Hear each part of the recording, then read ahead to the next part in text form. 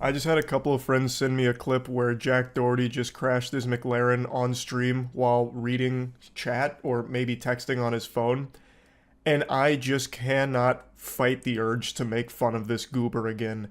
Insulting Jack Doherty is a God-given right, and I would be a fool to deny that.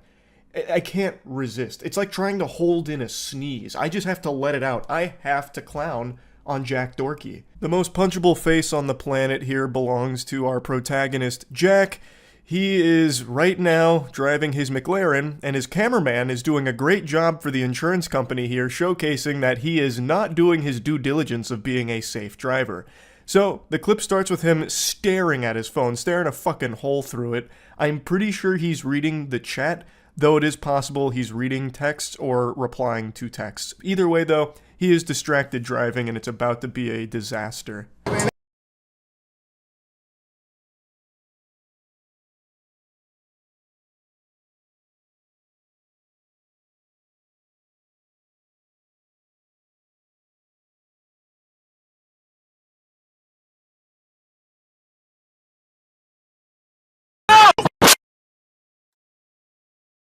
Oh, fuck. No, watch out, watch out. Oh, Fuck, open the door, open your door. We're locked in here. holy shit. This is clearly a case of Jack Doherty not paying any attention, leading to his car hydroplaning. Now, I know hydroplaning can happen to even the best drivers, which Jack Doherty is not. He is looking at his phone numerous times. We have the cameraman who's filming this like Cloverfield, and actually did a really good job of like showing us the monster. Every time we see him, it's like he's been hypnotized by his phone. He's like in a trance. He's a zombie behind the wheel. He was never paying attention to the road, even though it's raining out. And then he had the chutzpah to step on the gas. You can like hear him accelerate. And he's barely even lucid right now because he's too distracted by his phone, and that leads to it hydroplaning. Holy shit. Holy fucking shit. Oh, Michael. Are you okay? Yeah. Holy fuck. Oh my god, bro. There's no fucking... Michael, here. Michael, do you have your film on that phone too? His friend is clearly injured, bleeding from his head. He is fucking leaking. And Jack Doherty doesn't give a shit. He hands him the phone to keep filming for stream and then tells him to film on an additional phone as well to get multiple angles, I guess. He was trying to make like a 360-degree video out of it. I have no clue. Michael, shake it off for a second. Look, I know you might have a concussion. I know you're bleeding all over the place. But you have to remember, we're in the middle of content right now. So I'm gonna need you to get your act together, rub some dirt in it, and double fist these phones and film me, okay? I'm the superstar here, and I'm gonna put on a little bit of a show here for the content, okay? And if you're not alright with it, you're fired. You can take a hike. You can scram, Buster. Get out of town, okay? Like, if this is me, if I was Michael, that would show loud and clear Jack doesn't give a fuck about me. This little vermin is not a friend at all. He's a little content ghoul, a little goblin. I knew Jack Doherty was pathetic, but I had no idea he was this pitiful that this is considered content to him. Like, how can you possibly have so little shame? You just totaled your car with video evidence of you staring at your phone for most of your driving. And this car, like, fucking exploded like Humpty Dumpty here. The way, you'll see his car fully in a moment, it looks like when you drive backwards in a NASCAR game in the early 2000s. Like, he did a number on it, completely totaled it. It is a miracle that neither one of them are in a coffin right now. And instead of doing the sensible thing of stopping the stream and getting medical care to your friend who clearly needs it, he instead doubles down and wants even more footage of it, even though he looks like the biggest fucking idiot on the planet for this. An unlovable, unlikable, irredeemable loser. No. Oh my god.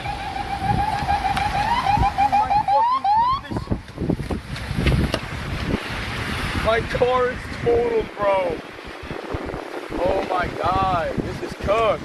I don't even think he cares. I think this guy is so far gone. He's such a sociopath, disconnected from reality. I actually think he's viewing this in his head as a positive thing. Like, oh, this is gonna be a lot of views. This is actually gonna be like really good for the brand. Like, it honestly seems like he's putting on a CW level acting performance. Oh, bro, this is cooked. No, it's busted. Once again, not even really asking his friend if he's okay at all. He asked him one question, asking if he was good, and that was it. Immediately handed him the phone to keep filming, and then asked him to film additional content as well with the other one. Like, this guy, I don't believe has a soul left in his fucking body.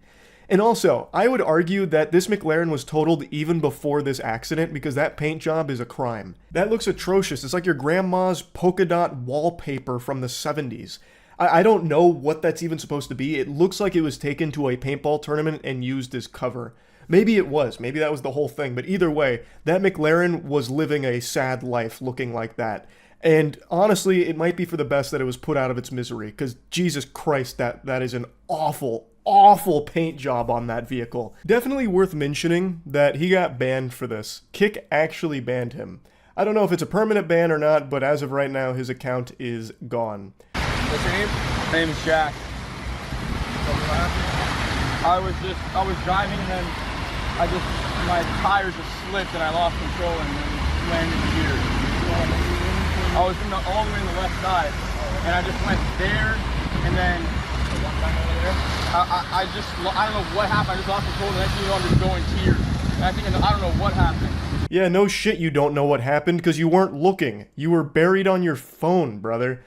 This is probably the most honest thing I've ever heard pop out of this douchebag's mouth, and it's entirely accidental.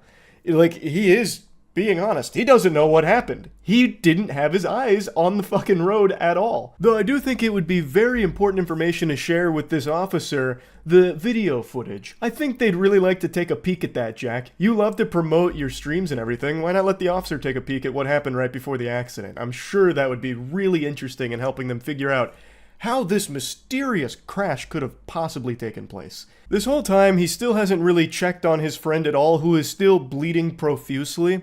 And it's not until more authorities get there, as well as, like, medical personnel, that he even pretends to care, like, comes over and gives him a hug. But outside of that, he doesn't really care about Michael. And if that was me, I would 100% be suing Jack for that. He's made it clear as the fucking patches on my face where my beard doesn't grow that he does not care that I am injured and it's his fault. All he cares about is me filming him. So, fuck him. I would 100% be opening a case against Jack. There is video evidence of him texting and driving or reading chat while driving, just being distracted and causing this crash that has now injured me. So, I'd be coming for a little piece of that pie, because he is a piece of shit. I don't think Michael will do that, and I don't even know if it would be like a slam dunk case if he tried, but this would absolutely be where the friendship would stop, if that was me in this case. That shit is just so foul. They want me to be back. They don't want me to be here. For some reason that not even science can explain, Jack Doherty takes this as an opportunity to bust out the pepperonis here and get his shirt off. I don't understand why he likes to be shirtless so much when he has a body that's built like a bag of milk. I thought for like a split second maybe the medical personnel asked him to do that so they could check him for like abrasions or anything like that. But I don't think they did, because he did that like in the middle of a conversation with the authorities. And he does get into like the back of an ambulance to get examined, but from what I can hear and what I can tell, they never asked him to take his shirt off. Plus, they probably would have done that in the ambulance as opposed to just on the road. But I don't know for sure. Most of the time, Jack Doherty does have his shirt off for some reason, and not even totaling his McLaren and splitting his friend's face open is enough to stop him from doing that. That shirt's coming off come hell or high water. It doesn't matter. And man, we are all the worse off for it. Like, Jesus Christ. Overall, though, it is very lucky that everyone else on the road was safe from Jack Doherty's negligent wrath here behind the wheel of the McLaren. He didn't hit any other vehicles from what I can see, and it's also very lucky that neither him nor his friend died from this. So, all things considered, he got very lucky with this crash, because it could have been a lot worse. Maybe this will be a wake-up call for him. I doubt it. I don't think he has the capability of actually learning and growing and evolving, but we'll see. That's about it. See ya. I just saw a crazy story I have to talk about. A woman working at Wells Fargo died at her desk, and her body wasn't discovered for 4 days, despite co-workers being in the building as well as 24/7 security. It's not like she went to some condemned building all alone like Squidward when he goes to that void place. Like, she was in an occupied space working, surrounded by other people, and nobody noticed that she had passed away until her body started to rot and decay and they started to smell it, and then someone became alerted and realized, gee willikers, we have a corpse here. That is baffling to me. Like, this is the perfect illustration for how little these companies care about their workers. Like, they are not your friends. They do not give a fuck about you. A Tempe Wells Fargo employee died at her desk. And 12 News is now confirming that it may have taken as many as 4 days for anyone in the office to notice. That's so sad. Now, according to workers, she was in an underpopulated area of the office because a lot of workers for Wells Fargo work remote, but there still were co-workers there as well as 24/7 security, and I imagine there were other higher level like Wells Fargo executives that have to be in the building at least once or twice over the course of 4 days, you would think, to like manage it, and nobody found her. Because I imagine they treat employees just like faceless cogs in the machine and not human beings. A Wells Fargo employee went to work the morning of Friday, August 16th and never went home. Tempe police tell 12 News 60-year-old Denise Prudhomme scanned into work at 7 o'clock in the morning. 4 days later, police responded to the office building near Washington Street and Priest Drive for reports of a subject down. Prudhomme was declared dead. The Tempe Police Criminal Investigation Bureau is investigating, but do not suspect foul play. I saw a comment that really put things into an interesting perspective. It said, be 5 minutes late to work, get reprimanded and maybe fired. Die in your cubicle and nobody notices. It's super upsetting. These employees just numbers on a page for executives to try and exploit, figuring out how to get the most juice for the squeeze for as little amount of money as possible to get the most amount of return on it. It's all about profit.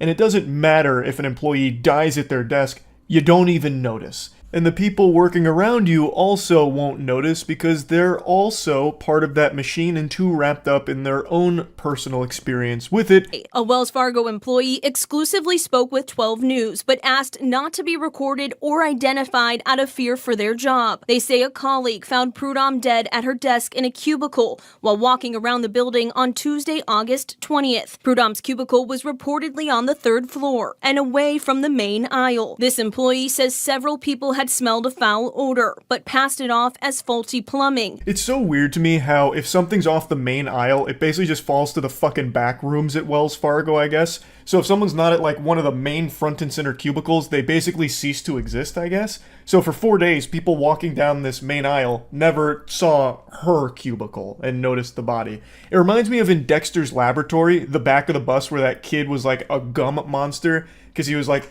you know, glued down to the seat from chewing gum, and no one goes to the back of the bus. Like, that's kind of what I picture for this Wells Fargo office now. Oh, well, she wasn't in the main aisle, so what were we supposed to do? Go over there and check? We don't do that. We don't go over there. That's a forsaken realm. That's like a fucking different dimension over in that ballpark. They say while most Wells Fargo employees at this Tempe location work remote, the building has 24/7 security, and someone should have found Prudhomme sooner. The incident left several employees feeling scared and uneasy. This employee wants to see new safety protocols in place, telling me, quote, it's negligence in some part. So a good chunk of the employees at that Wells Fargo office do work remote, but not all of them. There were other colleagues there, and of course 24/7 security as well as like custodial staff and everything, so it was not like an empty building or anything. I am extremely curious to see what protocol changes Wells Fargo might make here. I'm expecting some like really cringy dogshit solution from some out-of-touch Silicon Valley type that just tries ridiculous garbage. Like they might integrate like a jingle. If you're feeling kind of dizzy, if your stomach's feeling shitty, go somewhere else. If your heart starts to pound and you might fall down, go somewhere else. Die off the premises, please. We're begging you. It's bad for our PR, so just die somewhere else, please, instead of in our cubicles. They're not all of a sudden going to start treating their employees like human beings. That's not going to happen. No shot. These fucking elite level zombies that control all this shit, That's never going to happen. There's a higher likelihood that aliens will come down right now and suck my flaccid cock. But I do think they'll do some kind of like desperate attempt at trying to spin this in a positive way. Like, this was a huge wake-up call for us here. We were all shocked and disgusted by what happened, and we want to make a big change. And that's why we're the first office to require hourly health check-ins, where we send around a healthcare professional to check in on each cubicle to ensure that the employee is still breathing. And they'll just have like some dude walk around to each cubicle going, "Hey, Janet, just making sure, are you still alive? Okay, let me check your pulse real quick."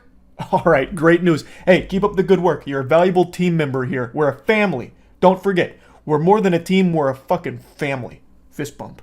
All right, I'm gonna go check on the next one. A different worker also spoke with 12 News anonymously. It was just uncomfortable. Again, calling on the company to do more. Body was there about 4 days before anybody found it, before anybody walked up to her and just to say hi, make sure she's okay. She was just laying on her desk. Just a really sad thought that this woman died completely alone. No one in the office going to say hi or anything like that. I don't know about, like, back home, you know, if there was anyone there wondering where she was. You know, it'd been 4 days since she returned home and no one, like, called to check in and see what was going on or where she might be. It's just really upsetting. A Wells Fargo spokesperson previously sent 12 News a statement saying, in part, "We are deeply saddened by the tragic loss of our colleague at our Tempe office," adding counselors through our employee assistance consulting service are available to support employees. An employee tells me their direct management offered those services, addressed the incident, and told workers the building was thoroughly cleaned. We here at Wells Fargo are deeply saddened by the tragic loss of what's her name. It's shaken us to our very core, and we're looking to do more to ensure this doesn't happen again. In the meantime, though, we'll see you at work tomorrow. And if you drop dead, we probably won't notice, so do your best not to do that. We'd hate to go back to back on this. Anyway, though, yeah, I just wanted to talk about this a little bit. It just made me sad. Like, it's just a really awful thing to see, and it serves as a rough reminder that corporations really do not care about you. They are not your friends, they are certainly not your family, and they are absolutely not looking out for your best interests. They barely know you exist.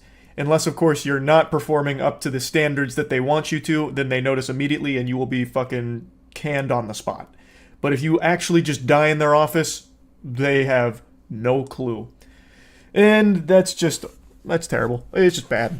So I wanted to talk about it a little bit. That's really about it. So yeah. Yesterday, Gordon Ramsay jump-scared everyone by revealing he'd been in a serious accident and said that the helmet he was wearing actually saved his life. And he also thanked the doctors and everyone that took care of him in the hospital from it. And basically it's a message kind of urging everyone to wear a helmet when cycling. Hi guys, it's Gordon. I'd like to share a very important message with you all. You know how much I love cycling and triathlons and Ironman, etc. This week, unfortunately, I had a really bad accident and it really shook me. And honestly, I'm lucky to be here.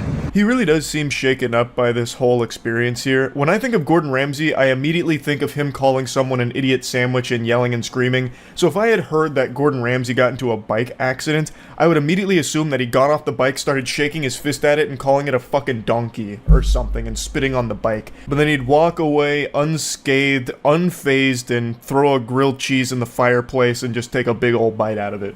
But in this case, that's just not what happened. Whatever the accident was, it really has taken some kind of toll on Gordon, and he's trying to educate people on the importance of helmets and how it actually saved his life. Now, this is a lesson that people have heard a million times in their life. I'm pretty sure this has been taught more than the multiplication tables in elementary school. Everyone knows you should wear a helmet when cycling. But in current day and age, a lot of people just don't give a fuck about that anymore. They just kind of wipe their ass with safety for the sake of, like, convenience, maybe. But in my area in particular, there's a ton of cyclists. They swarm, and I almost never see any of them wearing helmets, which I always find odd because what's the point in playing life on Ultra Nightmare mode? It takes like 5 additional seconds to just throw on a helmet real quick, and it could be a game changer. To me, the risk versus reward ratio here is all cattywampus. It's not computing up here. I don't see why you wouldn't just wear a helmet to be safe. It's not like you get some kind of like additional benefit out of not wearing one. So I don't really understand it, but I'm not your fucking dad. If you want to go out there without a helmet on and I see you on the sidewalk, I'm not going to slam on my brake and drift my car in sideways, so I'll get out and start, giving you a spanking and telling you that you're being naughty for not wearing a helmet. That's fucking your choice to make, I suppose. I think it's a silly one, though, and I really appreciate that Gordon Ramsay's coming forward and using his platform to just try and educate people again on how important a helmet is and how it can actually save your life. Now, from those incredible trauma surgeons, doctors, nurses in the hospital that looked after me this week, they were amazing. But honestly, you've got to wear a helmet. I don't care how short the journey is. I don't care, the fact that these helmets cost money, but they're crucial. Even with the kids, a short journey, they've got to wear a helmet. Now, I'm lucky to be standing here. I'm in pain. It's been a brutal week, and I'm sort of getting through it. But I cannot tell you the importance of wearing a helmet. That is a gnarly bruise right there. Calling that a bruise is doing it a disservice. When I bang my knee on this desk when I get excited, I'll sometimes bruise. That is like you got hit by 5 sledgehammers. That looks like the damage you would suffer if One Punch Man accidentally flicked you in the oblique. That is a crazy amount of bruising. I don't know how he's standing. This weekend is massive. It's Father's Day for new fathers, old fathers, middle-aged fathers. I want to wish you all a very happy Father's Day. But please, please, please, please wear a helmet, because if I didn't, honestly, I wouldn't be here now.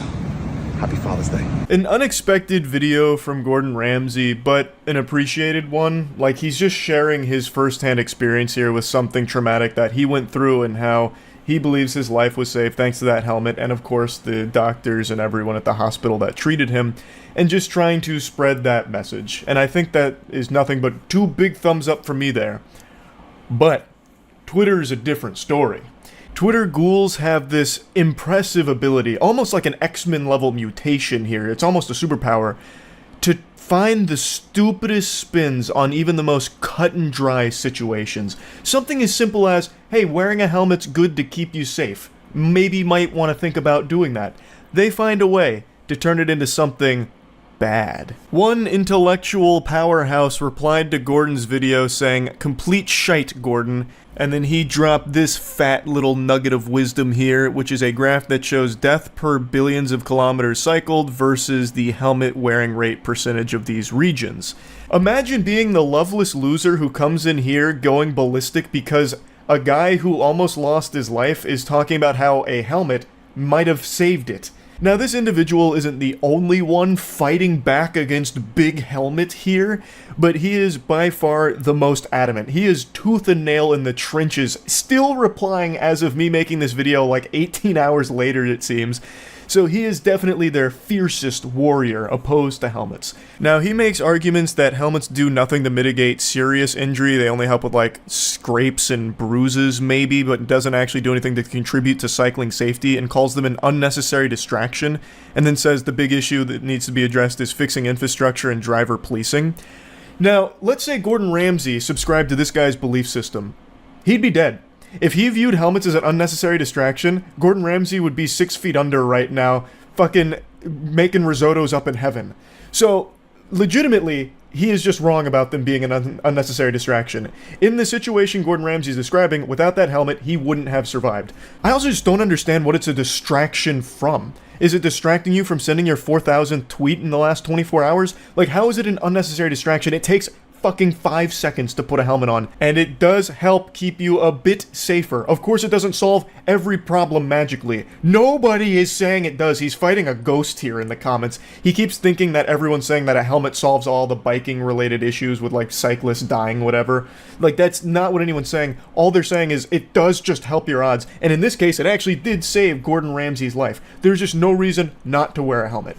The main thing he wants is better infrastructure for cyclists, which I do completely agree with, especially in the United States in particular. Having better infrastructure for that is absolutely the safest possible thing for cyclists. He dropped this here talking about how the solution is the infrastructure and that the helmet is an easy out by promoting it. And no one's arguing that a helmet is going to, make sure that cyclists are immortal or anything. But it's just like the easiest thing you can do to immediately improve your odds of surviving something traumatic like Gordon Ramsay experienced here. The beautiful thing about having so many neurons in your brain is that you can actually focus on multiple different things at the same time. You can be saying we need better infrastructure to keep cyclists safe, while also saying, hey, cyclists, helmets do actually help you in the event of an accident. It improves your odds a little bit. You can do both things. Again, a helmet is not this end-all be-all of safety, this panacea that cures any possible problem with like cycling safety, but it is something that undeniably helps. Another thing this cringe vulture and a few others like him do in the comment section is latch on to this idea that we don't wear helmets while driving, which makes everyone a hypocrite because driving causes a lot of head injuries. Basically just keeps reiterating, why aren't you wearing a helmet while driving a car? You absolute goober, when you drive a car, most people wear a seatbelt to improve their odds of surviving a crash. The car is also equipped with safety equipment such as airbags to help keep you alive in the event of a crash. On a bike, what do you have? Did you put an ejector seat on your bike to immediately get out of a tricky situation? You put a baseball card in the spokes of your bike and then installed some fucking airbags down there too to keep you alive? No. The only thing that you can really do here on a bike in this context is wear a helmet. That would be the equivalent of wearing a seatbelt while driving. You're making dog shit arguments for an indefensible position. Don't wear helmets. You're a fucking lunatic. It sounds like you've already hit your head and you want more people to join you there. He even has the gall to say this. The reasons not to wear a helmet is that you take more risky decisions when wearing a helmet and drivers take more risky decisions around you. He's almost saying that it's more dangerous to wear a helmet than it is not to and just raw dog it, which is just ridiculous. It's so silly, I don't even know where to start. So he thinks that cyclists who are wearing a helmet make more risky decisions because they're wearing a helmet. I don't think so. I don't feel like when people put on a helmet, they think that all of a sudden they become Superman. I just don't see that being the case. Just like someone who puts on a seatbelt doesn't immediately think they can fucking ramp off of a parked tow truck like it's GTA 5 and be unscathed. I don't think that's the case for cyclists wearing a helmet. And I really don't think that drivers are going to start treating you different if you're wearing a helmet versus not. Like, I don't think drivers are going to see you wearing a helmet and be like, oh, this guy can take a little bump here and just fucking swerve into him or anything. If you're wearing a helmet, I don't think drivers are going to start making riskier decisions because they think you're in like fucking body armor or anything, versus if you weren't wearing a helmet. I just don't see that being the case in reality at all. He also goes on to say helmets are no use in collisions involving motor vehicles, which fucking obviously. No one's saying that you're going to be able to take a car head on in a game of chicken just because you're wearing a helmet on your bike. It's a stupid argument to make. Oh, well, if my bicycle helmet can't stop a bullet, what the fuck is the point in wearing it, I suppose? I'll just go without. Useless to me now. It's silly. It's super dumb. There's no real good argument you will ever be able to make that wearing a helmet is a bad thing. And Gordon Ramsay's video and message here is just an overwhelmingly positive one, and I'm happy to hear that he's recovering and he's okay. And I'm wishing him the best going forward. And I appreciate that he's sharing this message because clearly it is one that is still somewhat needed here, because there are people out there that don't think helmets are worth wearing, I suppose. So it's not like a useless message either. So I just wanted to talk about this a little bit. I got a bit heated here, clearly, about this anti-helmet rhetoric, which I think is just so fucking dumb that I was baffled. So I dove deep into this rabbit hole here, and I just had to talk about it a little bit. Again, glad Gordon Ramsay's alright. That's about it. So yeah. Another day, another Kick degenerate streaming themselves committing crimes. I swear, there's more crime on Kick than there ever was in Gotham. And today's Kick crime comes from a familiar face that only a mother could love, and I guess OnlyFans girls that are using him for his money, Neon. He recently got released from jail to everyone's dismay, and he is already back on the grind producing content for the weirdos that no one really likes. Yesterday, he came up with a banger idea for his content where he actually linked up with a criminal who is somehow a bigger loser than Neon, if you can believe that. His name is Squeeze, and he's considered the most dangerous driver in New York. He rents supercars and then films himself driving recklessly on public roads, endangering the lives of all the innocent people around him so he can attempt to goad the police into chasing him so that he can flee. Jiminy Christmas, how cool is that? This clout-obsessed turbo douchebag is somehow more lame than Neon, which I didn't think was possible. I didn't know a specimen like that could exist in this realm. So the two of them together, That was a match made in heaven. If they weren't streaming, they probably would have been fucking each other. Two ultimate losers coming together to commit crimes. So they streamed on Kick, of course, driving recklessly, and then it ends up with them in a hit and run. Okay. Alright, we're good, we're good. Calm.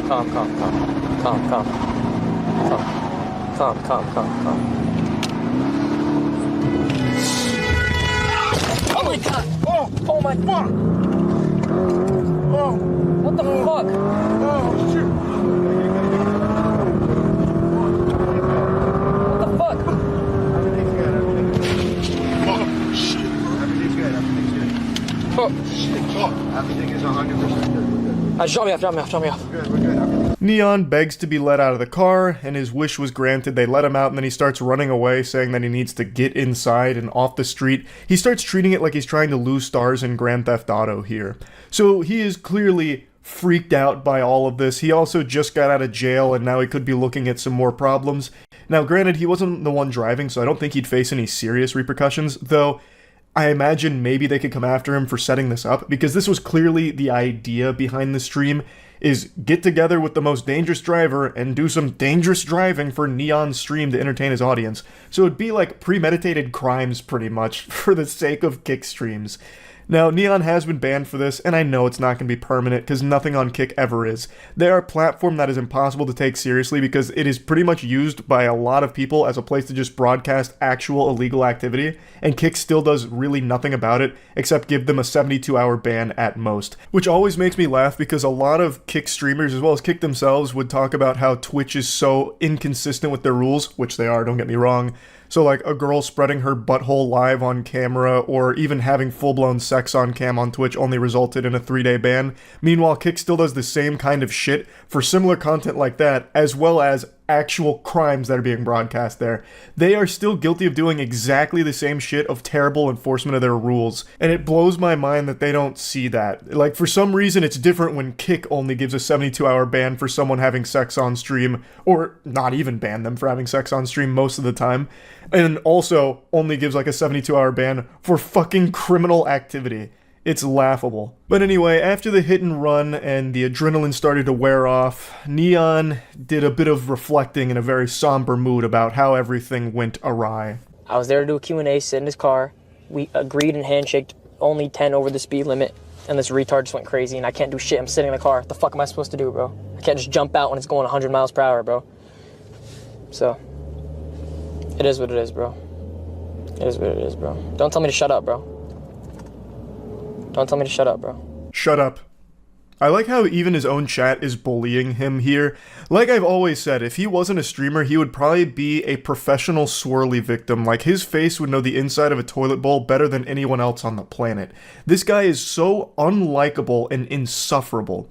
So he's trying to say that this whole thing was just supposed to be a Q&A where he sits in his car and Squeeze only goes 10 over the speed limit. I highly doubt that's what was agreed upon. Squeeze is addicted to attention, so he has done an interview before, and even in that interview, he does something similar to what he did with Neon here. Granted, to a lesser degree with the other interviewer, because obviously the other guy is taken more seriously than someone as pathetic as Neon, but still, there's no way Neon went into this not expecting to get into high-speed, illegal shenanigans. That must have been the entire point of doing this. Why would you just interview him again after he was just interviewed by somebody else? Like, it wouldn't make any sense, and Neon is not an interviewer. He's not at anything. Neon is the human nothing burger. So the only thing that he could have possibly concocted here for his stream is to excite them with Squeeze driving recklessly as Neon screams like a bitch in the passenger seat. That had to be the entire purpose behind it, not some kind of fucking Q&A with Neon at the helm. That sounds like the biggest snooze fest of all time, and he knows that. He knows that he is uninteresting. So he would have absolutely said to Squeeze, let's just go on one of your stupid joyrides for the stream. That's what I think, and this is Neon trying to cover his own ass since he was literally involved in a hit and run. So he was probably afraid of some repercussions from this, especially since it was streamed on his channel, and it seems like he organized this whole event here. I highly doubt it was ever just supposed to be a very calm Q&A with the most dangerous driver in New York. Neon sucks. Like, he would not broadcast him doing some kind of Q&A format. That is so boring. I would rather listen to a 2-hour audiobook lecture on the Krebs cycle than ever listen to Neon interview someone. And I know his fans feel the same way. Like, his view bots, they don't really care. They're gonna be there regardless because Neon's paying for them. But the ones that actually watch him are like the perpetual jingling keys addicted children. And they are not gonna just watch a dumb Q&A with Neon. So he would have absolutely said, just go crazy and I'll stream it. That's what I think. Squeeze! Squeeze! Please! Please, please, please, bro! Please, bro! Squeeze!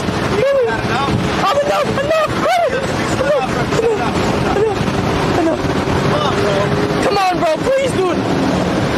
Please, dude! Please, dude, no. The cop's right there, the cop's right there! Oh my god, he almost crashed!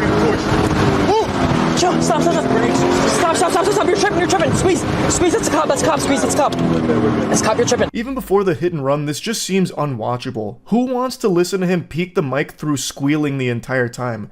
Plus, I just find this entire activity of driving recklessly on the interstate super fucking cringe. I can always appreciate talented driving, but that's not this. This trend of douchebags just driving extremely fast on the interstate and weaving between cars cutting up is not impressive. Like, I don't think there's anything impressive about that at all. My fucking grandmother used to do that when I was a kid, and I hated it then too. She used to cruise around on the interstate taking me to Perkins in her 1978 Chevrolet ass tutor or whatever, and she'd do this, and there was nothing cool about it. My grandmother used to do this, and it wasn't cool then either, but now all of a sudden there's a lot of people that think it is, I guess, because it's becoming somewhat popular. It shit sucks. All you're doing is putting your life and everyone else's life at risk for nothing, literally nothing. I did do a bit of a deep dive on Squeeze in particular though. He does seem to be a pretty talented driver, especially when it comes to drifting. But all he uses it for is this, illegal criminal shit, and putting people's lives on the line for nothing. Why not actually do something cool with that ability? Why use it for this garbage? It's fucking frustrating, it's infuriating. And the best case scenario is, when Squeeze inevitably does crash doing some of this content, he doesn't take anyone else with him. But yeah, anyway, just wanted to talk about this a little bit. Another classic kick crime. That's it. So yeah. Is he actually performing incredible? How is it in every single live performance that I have ever seen from Khaled, he says maybe 2 or 3 words from his song, and then immediately flips it on the crowd to fill everything else in? Every single clip. Holy shit. He doesn't perform. He legitimately doesn't perform. Yeah, he might not remember the lyrics. He actually just might not remember the lyrics. I'm starting to believe it. What is this? That sounded like something out of Glover. God, he is so good. He is so fucking good. I love bad dancing. I am such a big advocate for dancing shittily. And DJ Khaled has to be the best shitty dancer we've ever had. My 10-year-old dances like that when he finds out we're ordering pizza. Yeah, it's so fucking true though. That is legitimately like a child's happy dance. Like, I remember being a kid, you know, you hit like the hot dog. Maybe you get him with like the old twist, one of these bad boys. I love that shit. Man, I'm such a fucking Khaled fan. DJ Khaled crashes his jet ski in a tree. Oh man. What a sad conclusion to the Lost at Sea tale. Ends in tragedy. Get back to dancing. Oh! He's going Insano style. Now we mellow it down a bit. DJ Khaled crashed his jet ski, stuck into a tree, but still had some motivational tips for you.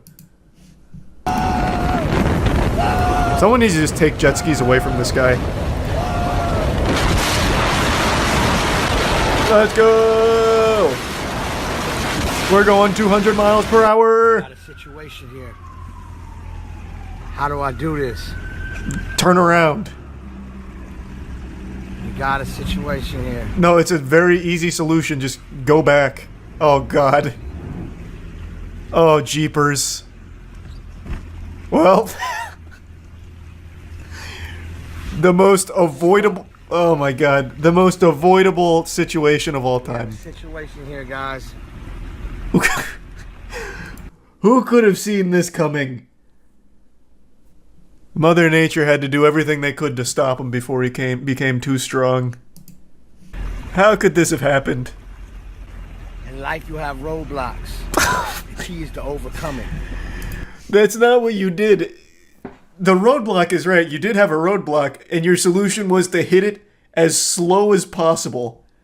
And now you are stuck in your roadblock forever. I already know he is too lazy to get out and push. So he's going to call in like the emergency services to fly out a helicopter. I already know how this is going to end. Oh, no way. He got out? Figure this out. I'm gonna figure this out. Oh, he's going to crack the code. Oh, shit. Oh, He's shit. doing it. He's beginning to believe. Man. Oh, shit. Yeah, give it some more juice. That might fix it. Stuck.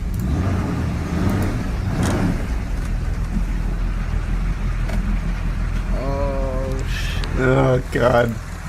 There was nothing we could have done about this one. It's because in life there's roadblocks, and we have to overcome every roadblock. The key is don't panic. Hey, don't. I'm not panicking. I'm here just enjoying. Don't worry about that, Khaled. The key is don't panic. Don't panic. You see I'm hanging off a tree. That tree is doing a lot of hard work right now. I cut myself. I am stuck in a tree in the ocean. Yeah, ain't that a bitch? Who hasn't been there? Don't panic. We're gonna figure this out. Cut my hand. Well, stop grinding on the tree branch then, Khaled. Somebody call Honey. Honey. Everybody that knows me personally knows who Honey is. I'm assuming that's your wife. And this ain't no joke thing. Why don't you call her? You're on your phone. And what is she gonna do? This ain't no joke thing. Come out here with the Coast Guard? Oh no, we don't get the closure? Texas. Tell him I took the No, secret route. you could still be stuck out there and we wouldn't know. But I got stuck yonder. I'm stuck yonder. Keys to overcome the roadblock. Oh, thank God. It looks like he's out. My mama and everything I love, no joke team. I just cut my whole leg up. Yep. Imagine he just hits a rogue wave and just fucking wipes out. Shouldn't have, like when I seen the tree, you say I could have just easily turned around and went a different way. But I was trying to. That was never in the cards, Khaled. Then you'd look like a bitch. You had to slowly roll up on that tree and fucking plant on it just to let nature know that they can't get the best of you. So don't even toy with that notion of turning around. There's no world where you do that. Go over the tree thinking I can go over it. You know what I'm saying? So I want y'all to. I'm okay. I made it to Diddy's house. Alright, well, we're in. What an adventure again. Bro, this jet ski is going to be the death of him. Jesus Christ. All of his near-death experiences have been on a jet ski. He shouldn't be allowed to operate motorized vehicles. Do crowd surfing? I don't think he's crowd surfed. That's a recipe for disaster. Oh, God. DJ Khaled crowd surfs and ends up crushing fans at a Travis Scott concert. Don't do it. Red Rover, do not send Khaled over. Anyone but Khaled. No, God. Help. It's like quicksand. It looks like he's done this more than once.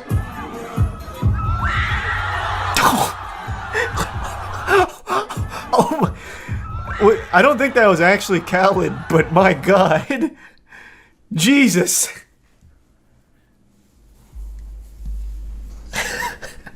The scream. Yeah, who wouldn't scream? 1 second you're just out there enjoying the DJ Khaled acapella. Next second you got a bulldozer falling on you. Yeah, no, that man came in like he just went off the top turnbuckle. That wasn't a crowd surf, that was an execution. It's like the moon from Legend of Zelda. Yeah, no, that was a bold idea. That's definitely a memory fans will never forget. Oh, no, this wasn't in there. Oh, Jesus Christ. God damn, Khaled's going fucking hog wild out here. Oh, he didn't nearly fall out, though. How overhyped. He put a lot of trust into the driver here, though. One rogue bump and Khaled was gonna tumble like Humpty Dumpty. But he didn't nearly fall, he was fine. Does a solo on the turntable. Woo! God damn, oh my god. Oh! Shit, the 360! Oh! Did he bite it? It sounds like when you play Guitar Hero and miss every note. Look at Khaled drifting around in a in a shopping cart. Okay. DJ Khaled spinning in a shopping cart. Everything this man does is so silly. It's so good. Whoa!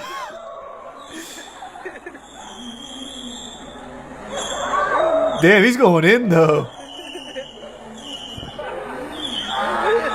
Oh, this thing looks amazing.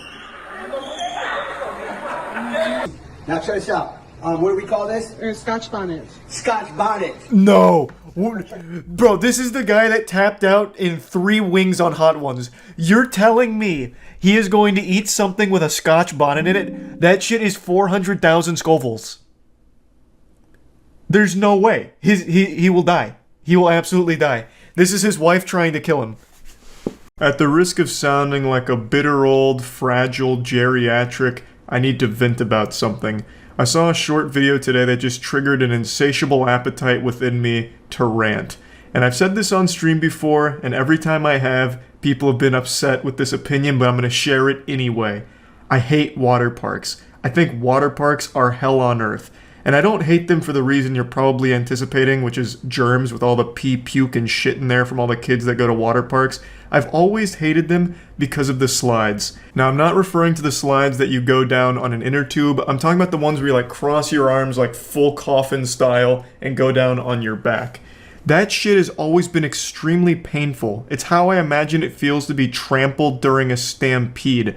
There is just barely enough water on those slides to prevent your skin from peeling off on the way down. But even then, it's not enough to make it comfortable, so by the end of it, I always felt like I've been degloved and I'm gonna stand up and just blood's gonna fall out and my organs are gonna pop out my ass. It is so awful. All the twists and turns are so violent because you're going at like damn near terminal velocity, so you're fucking blasting back and forth against the slide. But even when you're not pinballing around on these outrageous twists, turns, corkscrews, and loops, it is still just so painful because it's not one continuous piece of plastic, obviously, it's divided up, and you feel each and every goddamn bump. So like when it's a little uneven, you'll be going through and you'll just hit like a fucking pothole and you're popping your L4 vertebrae out of alignment. I hate it. I have always hated water parks, even when I was younger. Like even before I got like old as shit, like, you know, even before I became a fossil, I didn't like water parks because they just hurt.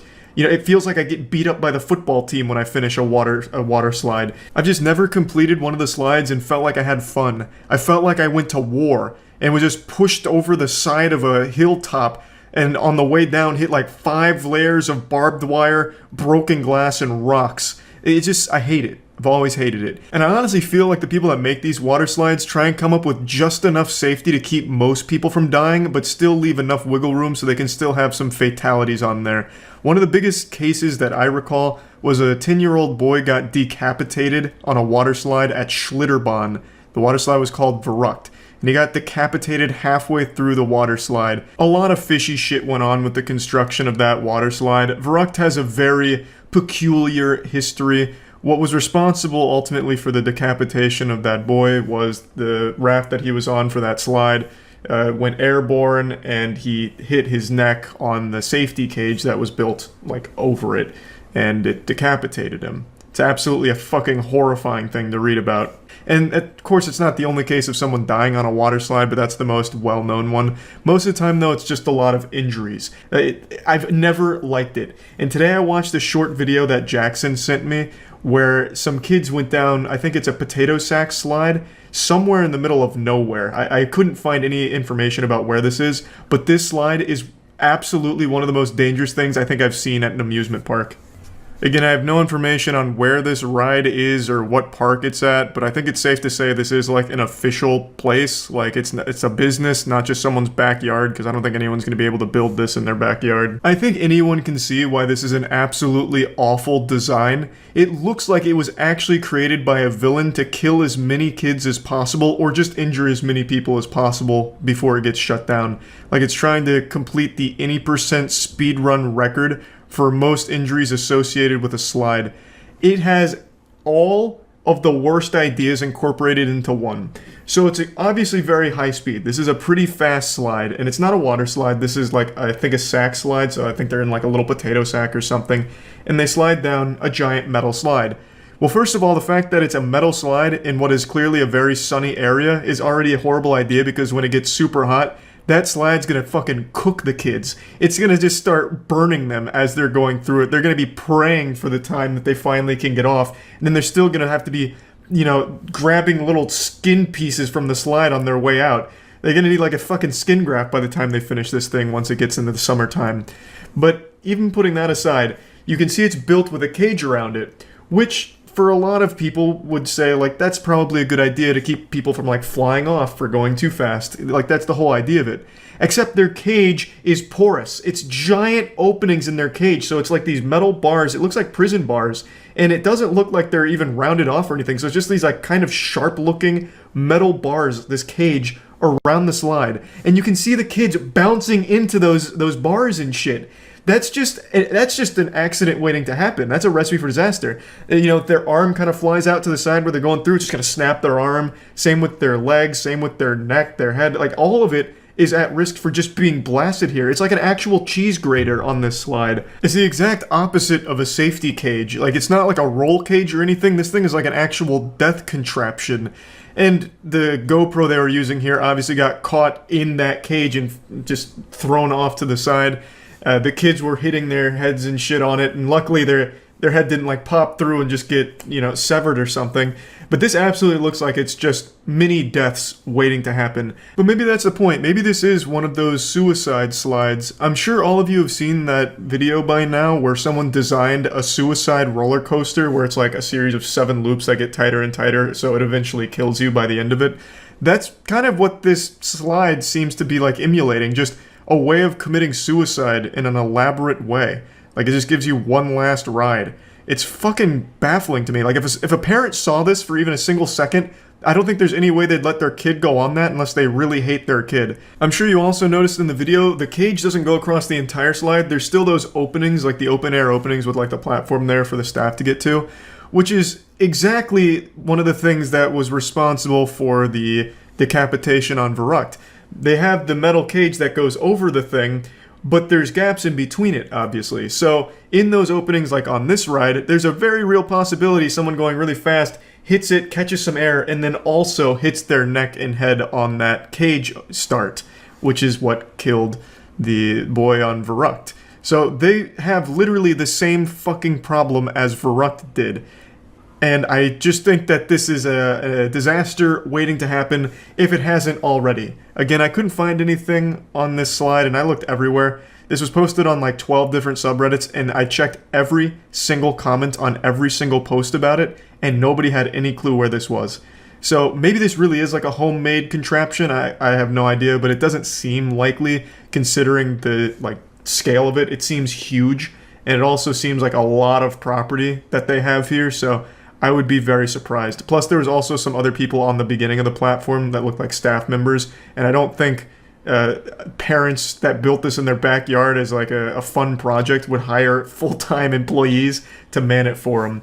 So I'm imagining it's like an amusement park somewhere, but no idea where. But this shit, I mark my words, if it continues to stay open, I'm sure this won't be the last time we see it. It'll probably be in the news again within the next couple years with some tragedy that occurred at it. A very predictable and avoidable one at that. So yeah, I just wanted to briefly talk about how much I dislike water park slides, and I guess slides in general. Maybe I just fucking hate slides, because this one's not a water park slide, and it's still just as dangerous, and I hate it just as much.